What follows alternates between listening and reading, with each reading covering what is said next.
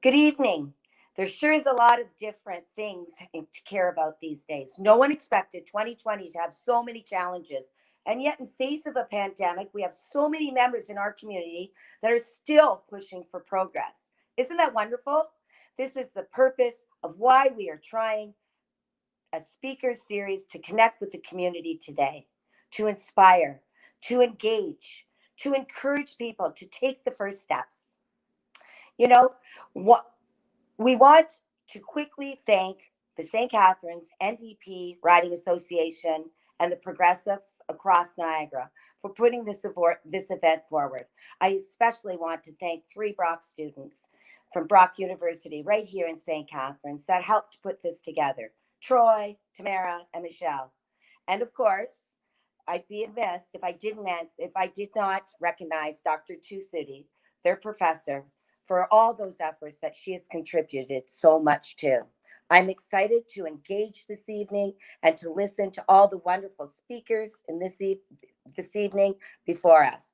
But before I hand off this evening's agenda, from my family to yours, I want to wish you all a very happy and healthy holiday season and a prosperous new year. So let's join together. Let's join me this evening by listening, watching, and please engage in all the conversations. Have a great evening and enjoy. Thanks, Jenny, for that introduction. Yeah, I didn't know how much Brock University was involved. That's fantastic. My name is Caleb Ratzlaff. I'm the CFO of the St. Catharines NDP Riding Association, and I'm excited to hear from our panels this evening. 2020 has been a difficult year for many different reasons. When the pandemic started, I thought it gave a great opportunity for progressives to get involved because the pandemic highlights a bunch of issues that I think progressives can speak to. So I jumped in and I kind of burned out pretty quick. And part of the reason for that was because I didn't think carefully enough about why we were engaging and how to engage. Tonight, we're going to hear from 5 progressive politicians or 5 individuals engaged in progressive politics. They have experience. They do it better, I think, than most. And they come from all different places in Canada, actually. Many are from Niagara, but we have guests from Calgary and Hamilton as well. If you hear something tonight that you think you'd like to get involved with, or if you hear something that you think, oh, this should have you happening in Niagara, hit us up, contact us on Facebook or Instagram. We also have a Slack channel for the NDP Riding Association. We'd love to hear about those ideas, and we'd love to find ways for you to get engaged this year and into 2021. So let's get started with our panelists here. We have 5 panelists, 5 minutes, and we're going to try to keep the timing pretty close. So we hope to end around 8. Our first panelist, I believe, is Zain Velji. Welcome, Zain. How are you this evening? I'm good. How's it going? Good, good. Zain is you're a communication expert from Calgary. Is that correct?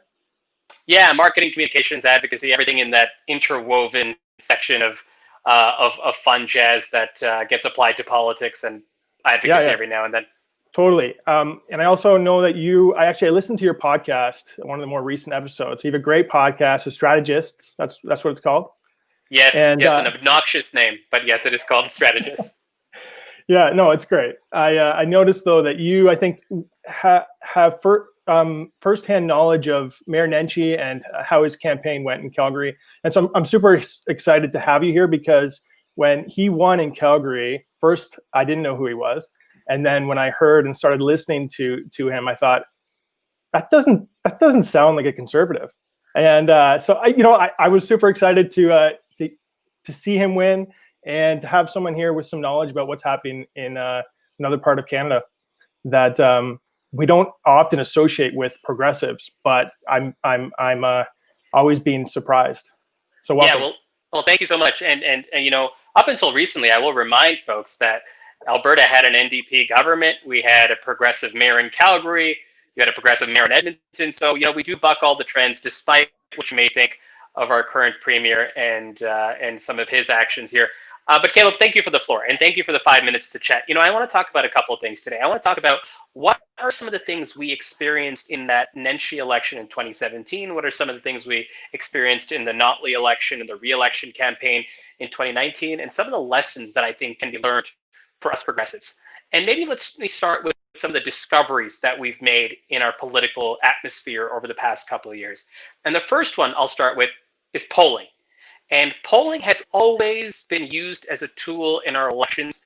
It has always been a tool to indicate viability. And what I mean by that, it's always been a tool that we have seen in newspapers and social media and in other places where pollsters say, here's the state of the race. You've got two candidates you care about. Look, the candidate in second place is actually much closer than you might have thought, which means that people who were sitting on the sidelines or people who felt like there was only going to be one apparent winner could now reconsider a candidate. So it's always been used to indicate viability. What we've seen in the last couple of years is it's gone from indicating viability to now starting to be weaponized. So going from strategic to weaponization. We saw this in the Nenshi election where the polls said that we're 20 points off. We were going to lose by 19 points 4 weeks before the election, then lose by 9, won by 6.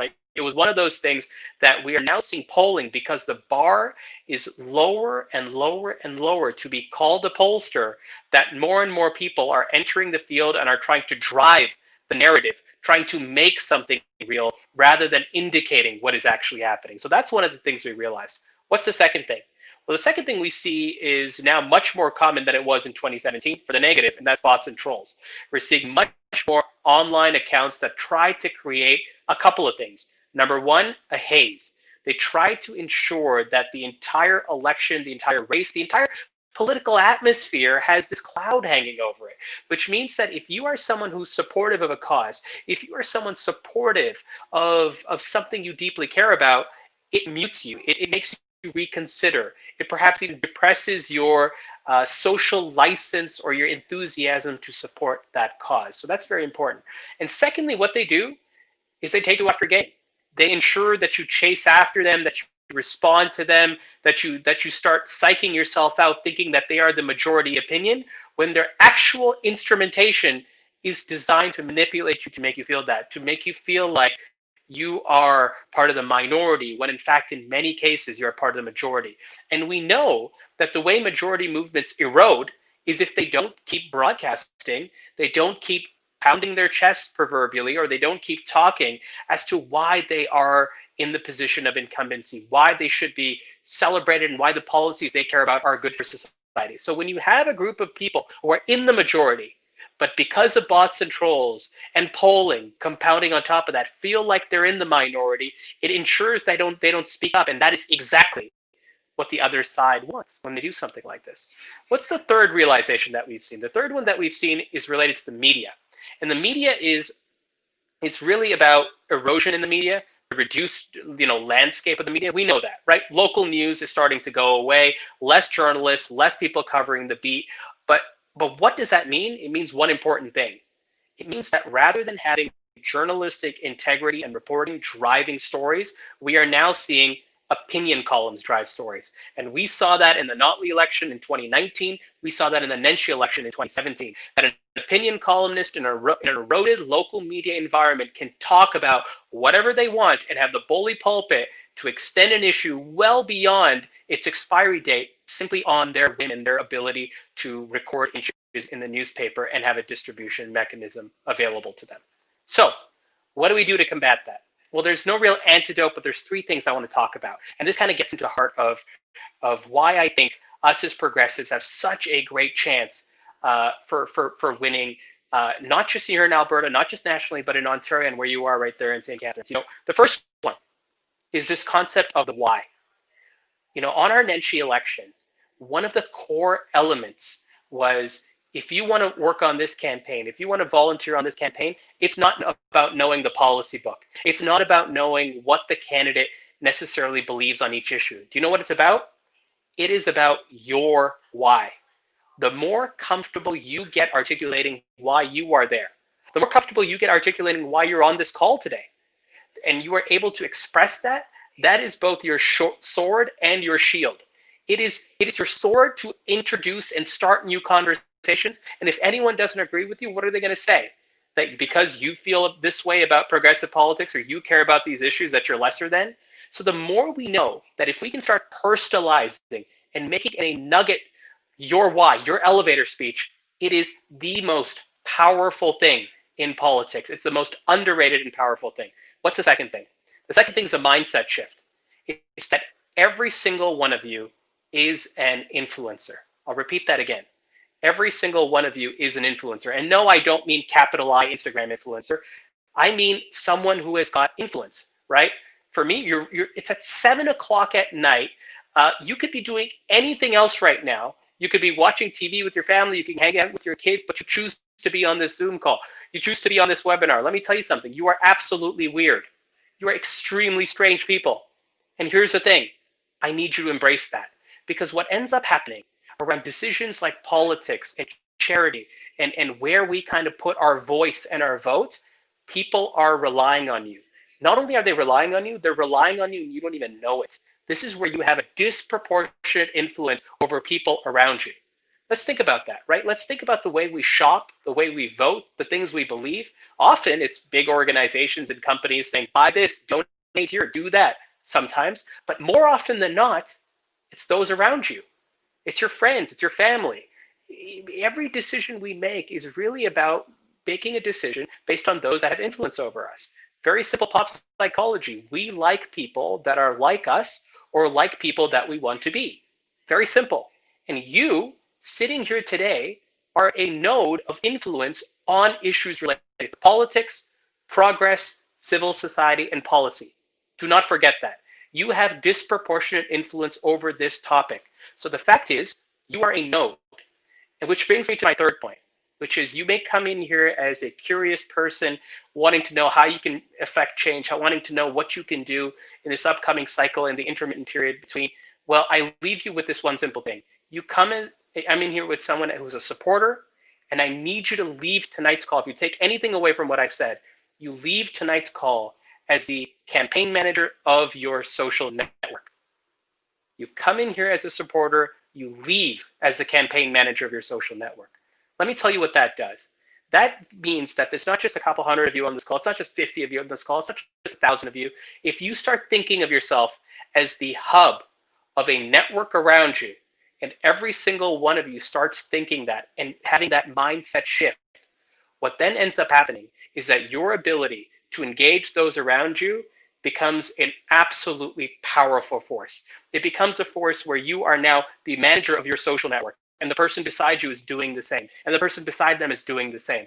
Let me do the math. If all of us on this call start doing that, you win power, you win progress, and you win the ability to influence those. And not just that, you bring people to the fold of your position, which is that they become these decentralized campaign managers. This long sort of held notion that a centralized party and a centralized notion kind of delivers the message and delivers, the mantra, I think, is antiquated. It is now about each of us seeing who do we have influence over, what can we say, what is our why, and how do we pierce through and have disproportionate influence over these people.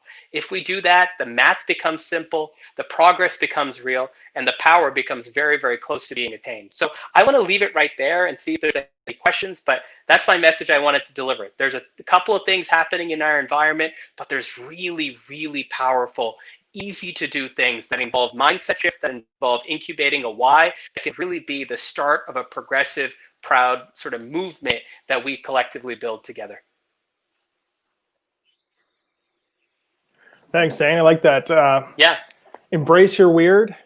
Be your own campaign manager. Know your why. What was Just the first one? know your why. Yeah. Know your why. Know your why. The Yeah, exercise of being able to just totally. simply say, this is why I'm here, and this is why I care, is the most powerful thing, honestly. And if I can go back, sorry if I can just jump in here, to that first Nenshi election in 2010, you said you were so excited when you heard from another part of the country. What happened here? Let me tell you what happened here in 2010. There was a guy who used this exact philosophy, not with the digital tools per se, but said, if anyone would want to show up to a coffee party with me, I will show up for 45 minutes and give my shtick. Here's a very simple ask at the end. 2 other people to host a coffee party, and you can't invite the 12 people that were here. Right. You repeat that on scale, what do you get? A philosophy that's as simple, that can grow this sort of campaign momentum and outright progress. Awesome. Thanks, Zane. That's great. I'd like to have you on again at some point and talk about what it means to organize progressively under a conservative provincial government. But maybe we can dive into that another time. Thanks for coming on. Thank you. Great to have you. All right, so that was Zane. Next we have who's next here? Deb Pearce, I believe, is next. Deb found her passion over COVID. Are you here, Deb? Perfect. Welcome. Good to be here. Yeah, thanks for joining us. Yeah, you got 5 minutes. Why engage in 2020? Okay, so following Zane sucks. So let's just start with that, because Zane is Zane amazing.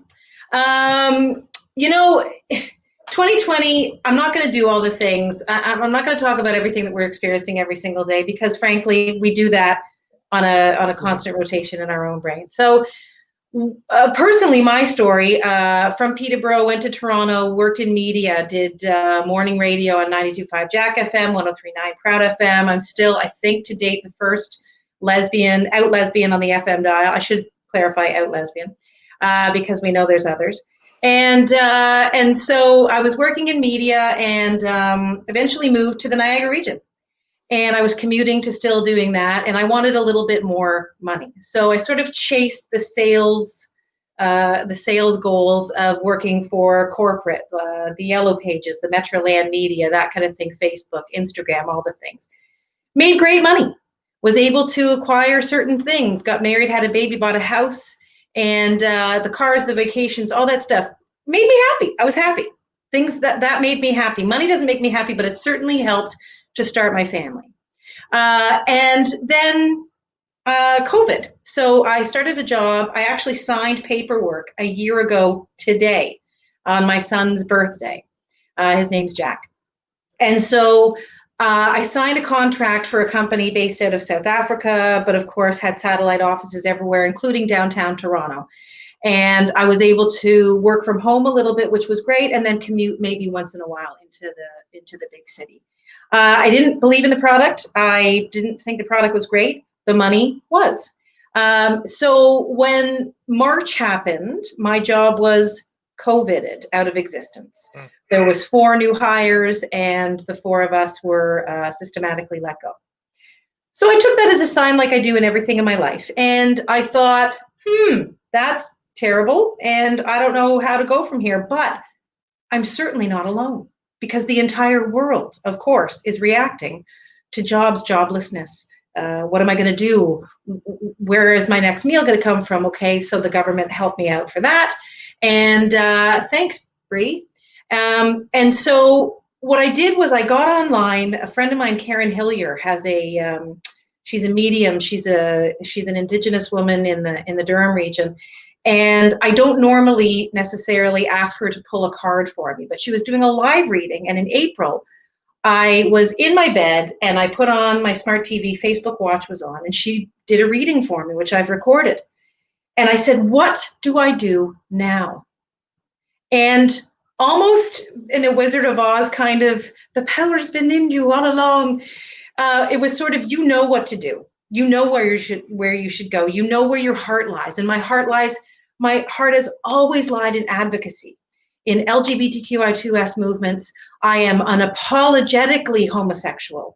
And I was like, okay, so that's what I'm going to do. How do I make money doing that? Do I go from chasing the 6 figures and feed my soul with volunteering? Or do I actually sort of put it out there to see if I can work and make money as well as feeding my heart and my soul and my family? So not more than 2 weeks later, I got a call from EGAL Canada, and they said, listen, we want you to do an online web series called Rainbow Table, which caters to social isolation because of COVID, and specifically seniors in the LGBTQI2S community. I thought that was great. So that started in June, that wrapped in August, and every time the executive director would thank me for a great show, her words, I would use that as a thank you so much. You know, I can't put my finger on it, but I feel like I'd be a really good fit for EGAL Canada. EGAL, Canada's leading organization in LGBTQI2S communities and concerns and issues. So every time after those 10 shows, I used it as an interview. Well, lo and behold, I manifested that to be a bit of my truth. And I called her on the last day that we wrapped, and I said, I don't want to be done here. I am an entertainer. I do comedy. I do stand-up. I do singing. I do celebrity impersonation. I professionally impersonate Anne Murray. Don't get me started. But I could start to do a little Christmas special if you needed me to. So she said, I don't really know where you're going to fit here, but I think you're onto something. So a few weeks later, I was kind of putting all my eggs in that basket, not looking for anything else. Of course, there wasn't really a plethora of LGBTQI2S advocacy positions in the Niagara region. And I got a call saying, we know that we want you to fit as the communications and events officer for EGAL. So now every day I do advocacy work. I feed my heart. I'm unapologetic about who I am. I hope to mentor. I'm rebooting Rainbow Table 2.0. And I have quite literally never been happier professionally in my life. Thank you, COVID. That's a great story, Deb. I think that was a great to go after Zain. You know your why. I think no one else here knows their why like you do. And the other thing I wanted to say was, when we're looking to have some NDP fundraisers, I think we know someone we can call now. So thank you. I'm just saying, this is me kind of toned down, okay, Caleb? This is me toned down. Man Murray, yeah. I do. Awesome. I feel like singing now. Caleb, thank you very much for having me. Jess, thank you for having me. And I wish you guys continued success with everything you're doing. Beautiful. Thank you. Take care. You too. All right. Thank you, Deb. Next up is Councilor Porter, Karrie Porter, I believe. Are you there? Karrie is a councilor here in St. Catharines. And how are you today, Karrie? I'm really good. I'm excited to be here. How are you? Oh, doing great. I'm doing great. Thanks for coming. No problem. Yeah, I think we'll just get right into it. I'm excited to hear from you. I've loved some of your more recent Facebook posts. I think they're really eye-opening for me and many others. And you do a really great job with your being articulate and clear. So thank you. Welcome. Oh, thank you very much. Yeah, I put out a Facebook post yesterday about something that sounds very boring. It's called a Municipal Development Corporation. And I've been talking about it for a couple of years, and I stumbled upon it. And actually, it was interesting to hear from Zain, because Mayor Nenshi, they have a Municipal Development Corporation in Calgary that we look to. And Councillor Miller, who's online now, was talking about that today. It sounds very boring, but we got a lot of land, and land is quite valuable. And we also have a housing problem. So in my day job, I work in housing and homelessness. I worked for a few different agencies. One of them ran a shelter. Now I work in Housing First programs, and I work with landlords in the private sector, helping them with housing issues. So people who need housing and have a subsidy, I help keep people housed. And the work's very difficult because the subsidies are quite small. ODSP and OW rates haven't increased and kept up with inflation. And we got huge housing problems. In Hamilton, people are demonstrating, and the pandemic has made housing and homelessness and the need to create more housing more clear than ever. And so now's the time to talk about this Municipal Development Corporation and take some of the land that we have and put it to good use. And I think the best city to look at is Vienna.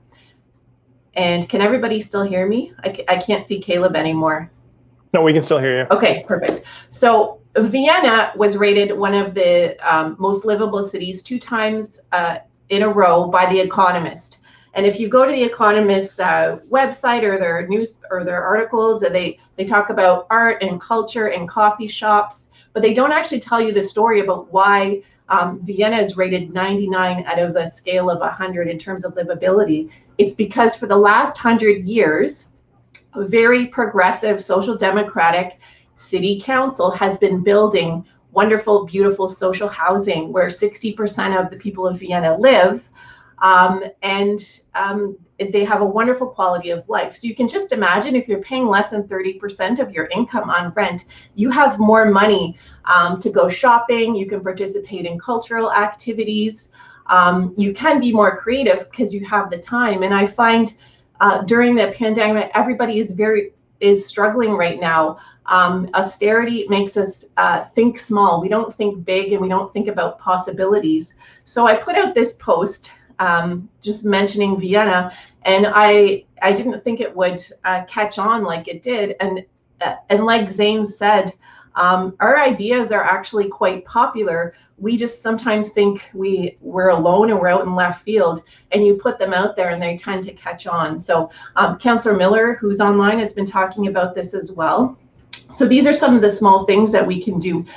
In 2020, I want to help people imagine a different world, and I want to talk about how we win things. And one of the other big campaigns that I like to talk about is the 15 in Fairness campaign, which was started by a fairly small group of activists who started building coalitions, building upon the 15 in Fairness campaign in the US. And in 2014, they won an increase to the minimum wage of $14, which transferred $3 billion of wealth per year into the hands of working class people. That's money that goes right to into the economy, and it goes out of profit and into the economy. And we were told during this campaign from the chambers of commerce that the sky was going to fall, it was going to tank the economy, but that's not what happened. So we need to tell these stories, and we need to talk about how we win progressive campaigns and how we make life better for people, and it is possible. So that's what I want to do in 2020, is to tell these stories, and we have to imagine a better world, because a better world is possible. Awesome. Thank you, Karrie. Yeah, Greg brought up the land, what did you call it, the land designation, the really boring Facebook post that you made? Yeah, Municipal Development Corporation. Yeah. He brought up the fact that the city was looking at designating different parts of the city, redesignating certain parts. And in Queenston, the meeting that we were at last night, Queenston neighbors, it's a group of neighbors that get together. That part of the city has a ton of land that's not being used, a ton of land that could be used for housing, right? And I think that, yeah, we can imagine a better world for sure. Absolutely. Thank you, Karrie. Thanks. All right, next speaker is Saleh Waziruddin. Saleh, are you here?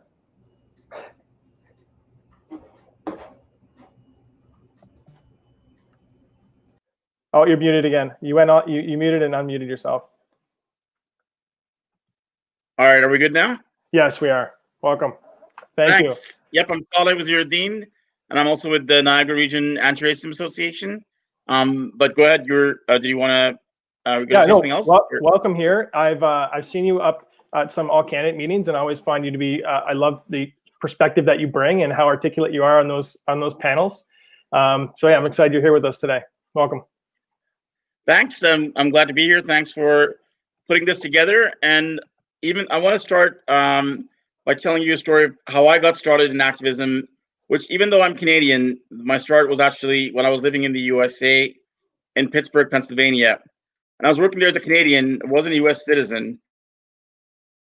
So I was very scared and careful not to get publicly involved. I was afraid it would affect my work visa. Then 9/11 happened, which I don't know, many of you here might be too young to remember what that was like, or maybe some of you aren't. But there were big changes that came about. Among those were a big rise in open racism that went hand in hand in support for war, a war that's still going on today. And it's similar to the rise in open racism we've seen in the last few years. There were many civil rights and anti-racism organizations in Pittsburgh, but almost each month after 9/11, one person was being arrested as a terrorist without any evidence. Each month, there'd be a different person arrested. And these are people whose lives were being destroyed, and their whole communities were being cowed into silence and fear. I reached out to help them, but they were too scared until the third person who had no choice but to accept help from me as he had no one else. This was in February of 2002. But I still didn't want to be public. So we organized a press conference, and I refused to give my name to the media. And journalists there laughed at me, saying, how can I make a press conference and not give my name? And that's when I realized that he was right. No one else was helping these people who were being arrested.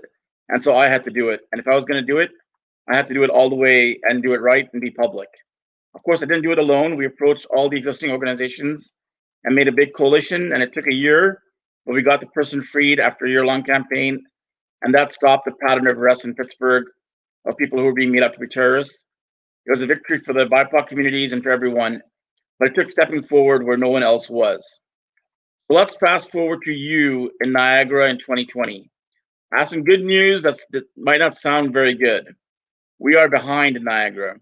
We are behind in many of the places right next door to us. With the police, they're still clinging to being able to do racial profiling. They call it street checks or collection of identifying information. This is pretty disgusting. It's one of the first things other police forces said they'd stop doing, but not here in Niagara. In Toronto and many of the cities across Ontario and Canada, and now even the RCMP are adopting body cameras, not because some studies say they work or because the price is right, but because they decided that they would listen to what the communities are asking them to do. So do we in Niagara deserve any less? It's not just the police, but we're behind the opioid crisis and in many other areas. But here's the other side. There's a big hunger for change, not just people in general, but even those in power, governments, elected officials at all levels, businesses, institutions, even chambers of commerce. They're reaching out to us and to other anti-racist organizations to look out to find ways on how they can be part of the solution. That's the good news, that you are in the right place at the right time. Remember that we're living in what was once Harriet Tubman's hometown, a woman who took the initiative to fix what was wrong without worrying about being limited by conventions or obstacles or what was acceptable to those who had power and wealth. Today in Niagara, we're not too small or too far removed from what's happening in the world to be pioneers and show the way forward. We don't have to be limited by what other people are doing even. So if you see something wrong that needs to be fixed and no one seems to be doing anything about it, now is a great time to step forward all the way, gather all the support that is there around you, all the appetite for change, and take it on. Make a difference for your community. If you're not sure how to take the first step, then reach out to one of us or another activist or leader in your community for advice. You can contact the Niagara Region Anti-Racism Association through Facebook or our website, nra.org. If you don't see anything you can do that no one else isn't already doing, well, then the answer is pretty simple. Join in with those who are already working to break down inequality and patriarchy and racism and the power of the wealthy, and add your full voice. One of the pieces we need to make all our efforts stronger. Your community is waiting for you to add your missing voice. You could say that's the why that Zain was talking about. And now's the best time, one of the best times ever to step forward. Awesome, Saleh. Thanks for that. How did you get involved in the anti-racism committee? Well, I was involved in a previous anti-racism organization before, and when this one was being founded, I went to the first meeting, and we saw right away that there were things we wanted to do with the police and with employment equity, and so I started seeing what other places are doing that we aren't doing in Niagara that we could be doing. And if people want to look up the committee or find their work, is it Instagram or Facebook, or where's we are the on best place Instagram and Facebook. On Facebook, our page is the NRARA, and we have a website, nrara.org. So either of those two will work. Yeah, we've run into a few issues of racism in some of the neighborhood groups that I'm involved in, and it's hard sometimes to know how to respond.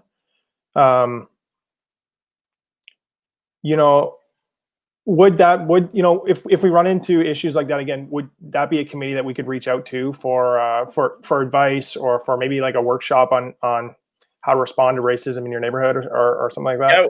Yeah, we have. We've been approached by individuals as well, and we've tried as much as we can to help them. But there are campaigns you can do just by gathering support. There are situations we've been approached by individuals in different neighborhoods where they may be the only Black person there and they feel like they're being harassed. And so there's definitely things we can do to get them support. And definitely we want people to step forward for that. We're happy to help with that. There are other organizations also that are helping people with that as well. All right. Well, excellent. Thanks for joining us today, and keep up the good work. Thanks for having me. Hopefully, folks will be inspired to get involved in similar work as you're doing. Thank you. Our final guest this evening is Matthew Green. Matthew Green, are you with us? Oh, sorry, you're muted. You're muted. This is like going to be the catchphrase of 2020 is like, you're muted. And in many ways, it's both true and untrue at the same time. Yeah, well, welcome here. I actually lived in Hamilton when you were a city councilor there, and I was really impressed with the way that you brought the Cannon Street bike lane into kind of like you connected it to some of the other work that you were doing. It really reflects well on, I think, one of your taglines: "Bring politics to the people." Yeah, is that totally. right? Absolutely. Yeah. We want to. You stopped by my buddy's house for some coffee outside, I think, on one of your live videos. So welcome here. Thank you so much. Hear you share. This is absolutely incredible to be here. Can I just tell you how excited I am for this format? Like, I actually traveled out to St. Catharines. Shout out to Karrie Porter, Councilor Miller. You guys are both honorary Hamiltonians in my book, for sure.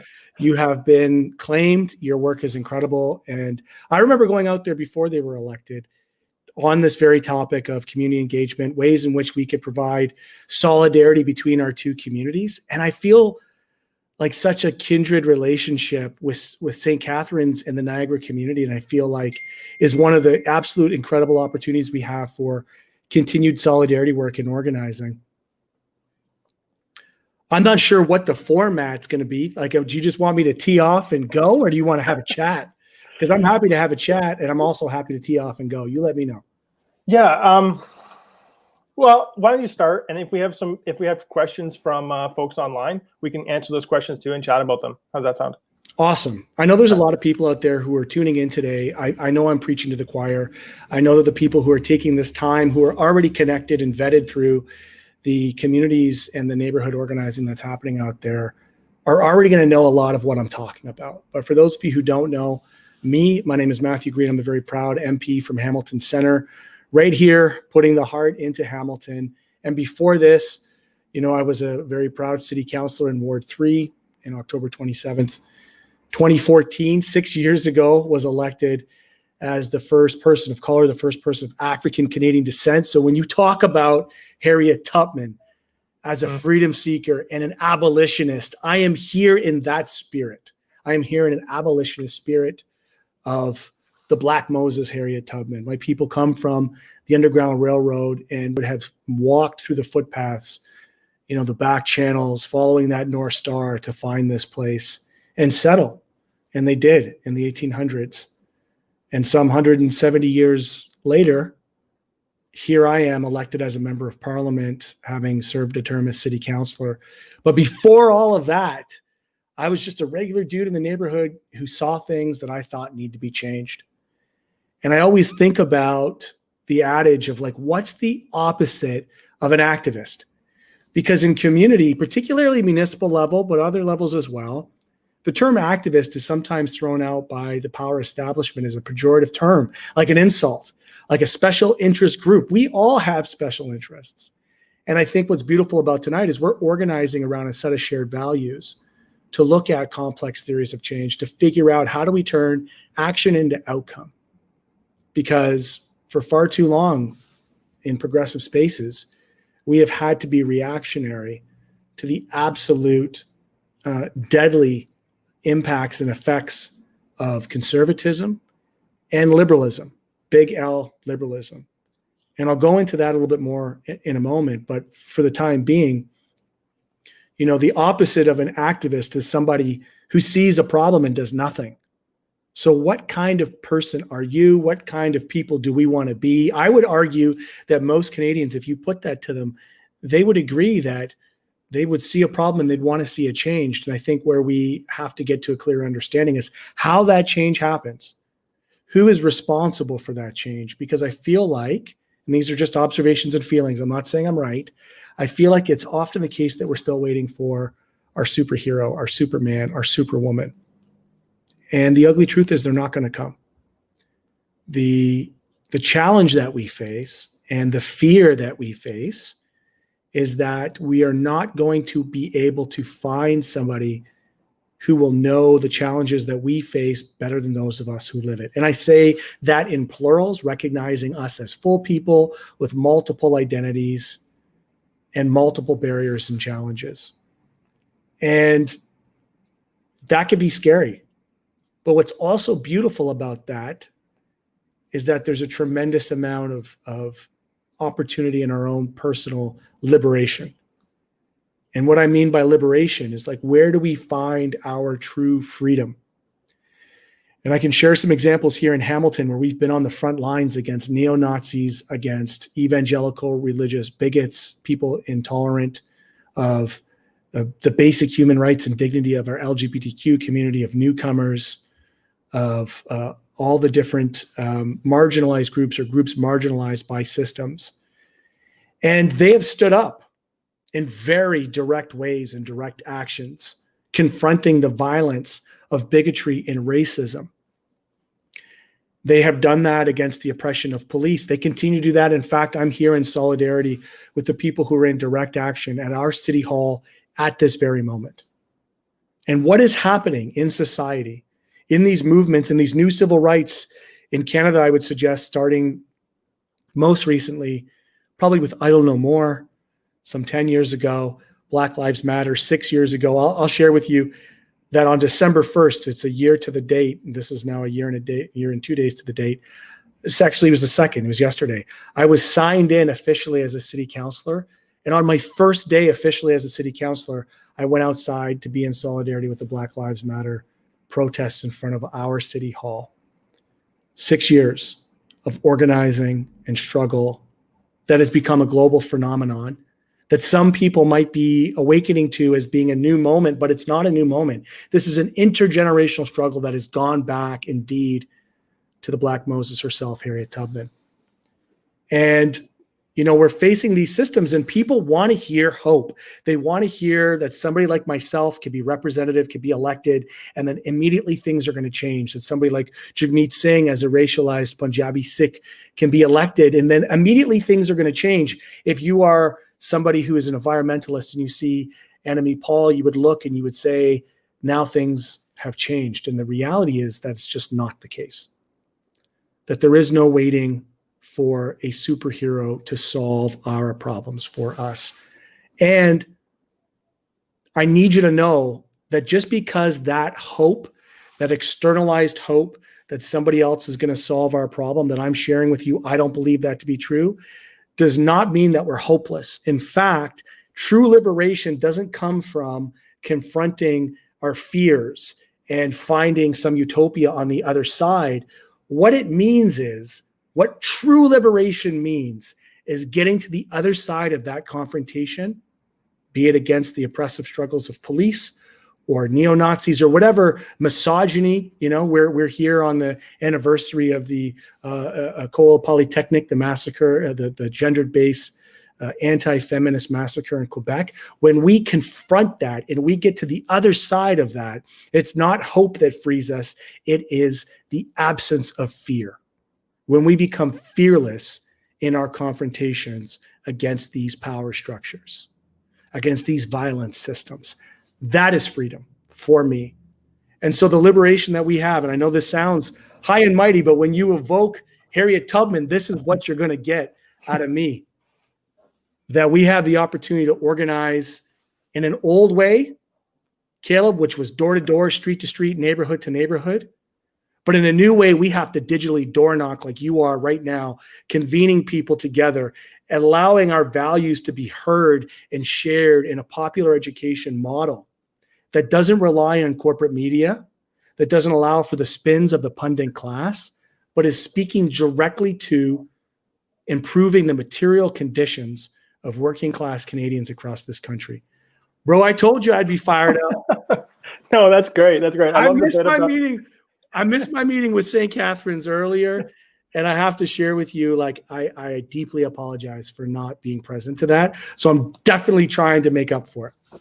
No, I love the piece about not being reactionary anymore, but being the opposite of that, you know, going out there. And I think the folks in Hamilton who are in front of City Hall right now are doing that work. I saw that Desmond Cole was arrested the other day, and I drove past City Hall and saw the tents up right when they were starting some of the new protests there. Sean has a question here. Can you speak to the experience with 1492 Landback Lane? Absolutely.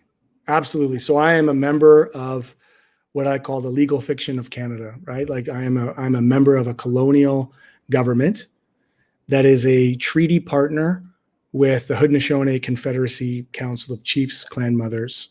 And that relationship predates legally what's called time immemorial. Time immemorial is beyond the legal memory of the British Crown or the British common law on these lands. That the Haldimand Tract Agreement of 1784 that provided for 6 miles on either side of the Grand was a declaration recognizing the allyship of the Haudenosaunee with the British Crown at a time when Canada needed us most. And that treaty in particular has certainly not been honored. That's 500,000 acres, 6 miles on either side of the Grand, on either side of the Grand River. And what I'm clear about is that we have so much work to do decolonizing, colonizing our education systems, which give us a maple wash version that is wholly incomplete, inaccurate, and indeed part of a propaganda about Canada's like mythology. And so, you know, 1492 is a continuation of an ongoing struggle that goes back since the 1700s, but most recently in modern era, has been at least in court, in the colonial courts for 26 years. For 26 years, the Haudenosaunee Confederacy Council has tried to use colonial courts in a peaceful way. This is a peaceful people. This is a people who gave us the framework for democracy in North America under the great law of peace. And yet they, for 26 years, have been denied that. We know by colonial laws, under the Delgamuukw decision of the Supreme Court, that the hereditary lineage is what is recognized within the courts and given precedent over Indian Act and band councils. That, you know, there was a time when the colonial governments went in and forcibly removed the Haudenosaunee Confederacy leadership from the council and replaced them with a colonial band council. That's just the reality of the territory. And so fast forward to now, one of the other rules of Delgamuukw is that Indigenous communities, First Nations claimants, have to occupy the territory in order to keep their claim. And by not occupying the territory, they basically secede it. These are unceded territories. So there is an important need for occupation in a peaceful way. And that's what I observed in a peaceful way when I went there, by the way. I observed elders and peaceful land defenders who all they wanted was peace. And they are there in a peaceful way. And the only escalations that occur are escalated when colonial governments, and particularly subnational colonial governments, by the way, provincial OPP have no jurisdiction on these lands, escalate violence and they get resistance. But the resistance is not a violent resistance. The resistance that I have witnessed is simply their existence in that space. And so we have a responsibility to our treaties. We're all treaty people, by the way, whether you're elected or non-elected. You are here. Anytime you hear a land claim by a politician, demand that you know immediately, for the settlers that are on this call, what is that politician doing to actually truly acknowledge the land? Yeah, I loved seeing the fact that you went up there, had the courage to do that. You know, the work that those folks that are doing, the land occupiers up there. My dad went up and delivered them food this weekend, and Nice. like Solidarity to your pops. I know, but like that was a shock to me, right? Like I never, 5, 6, 7 years ago, I wouldn't think that issue would have been something that would have gotten him to go and do something like that, right? And I just think like it speaks to the hard work that those folks are doing there. Yeah, and you know what? It also speaks to the lie of the Trudeau 2015 campaign that dared to speak and use the aesthetics of reconciliation without the commitment to the action. And I think that's what the population who elected Prime Minister Trudeau did that by and large in 2015 on this aspirational progressivism that we were going to decolonize these spaces and actually get into reconciliation. Here's the catch though for Trudeau. This is what got him tripped up, is that by their own definition, before we can have reconciliation, we must have truth. And it is in these truths that their failure to act, their continued failure to act, the boil water advisories, Jordan's principle, all these ways, the outstanding land claims, the refusal to even go back to the table, nation to nation, and show the respect to the Haudenosaunee on the Haldimand Tract, demonstrates who they are. James Baldwin said it best. James Baldwin said, I can't believe what you say because I see what you do. Yeah. Justin Trudeau. Yeah, totally. Jesse has a question here, and then I think we'll wrap things up. He's wondering how you took the first step from being a business owner to a community organizer to politics. Yeah, I've been radicalized over these last 15 years. I started off in earnest. I thought I was a social democrat. I thought I was a guy who could use capitalism and do well by doing good for others. I called it a social capitalism. It was so supremely naive. And then what I started to see was suffering in my community. What I started to see was power structures that made decisions on my community and my neighbors and my neighborhoods that didn't really have our best interests at stake. They lived in other communities and used our community as a fodder for investment, speculation, and gentrification. So I ran for city councilor, and that's where I really got my politics. Because when you're a city councilor and you see suffering in the kind of ways that we see that, then the only human response is outrage. That if you see that suffering, and I think this is the problem that we're seeing with encampments, is Canadians are now becoming alive to the suffering of their neighbors, and it is deconstructing the myth that we have about Canada, and the outrage is there. And the challenge is some people are outraged against the people for confronting them in that way and not the poverty. And that's the challenge. But when I was there and I saw just all the different ways in which the systems were rigged against people, and that these results are not failures, they're actually constructed this way, I even became probably more activist and more radical.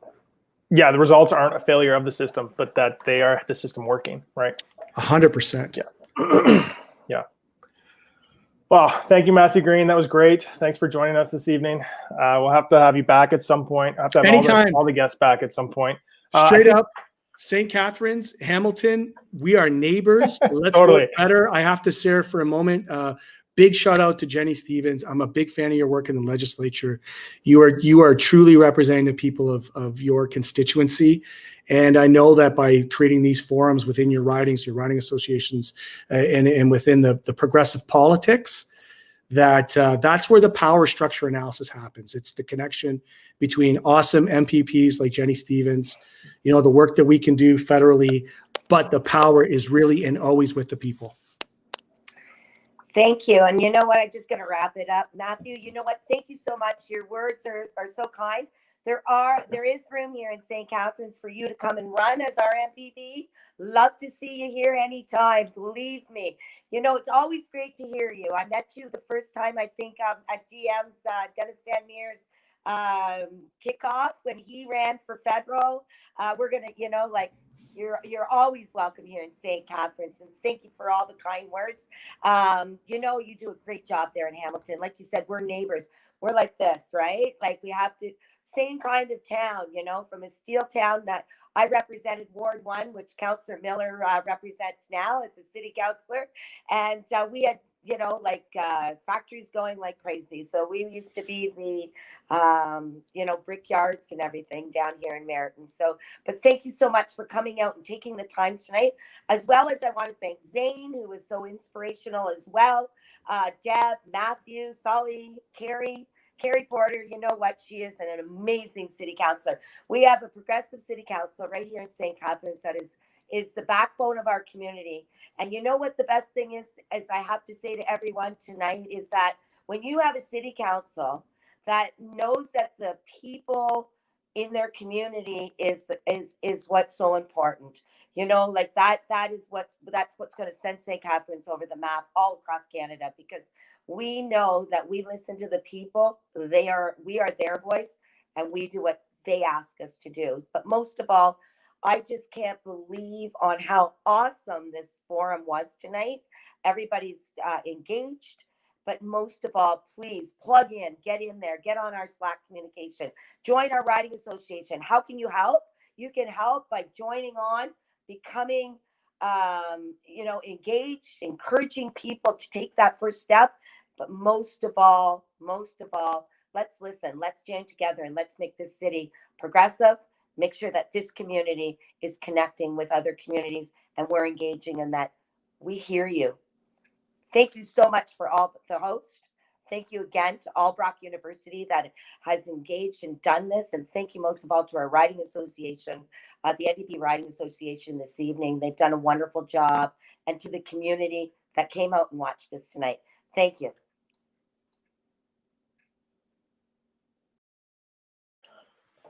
Awesome. Thanks, Jenny.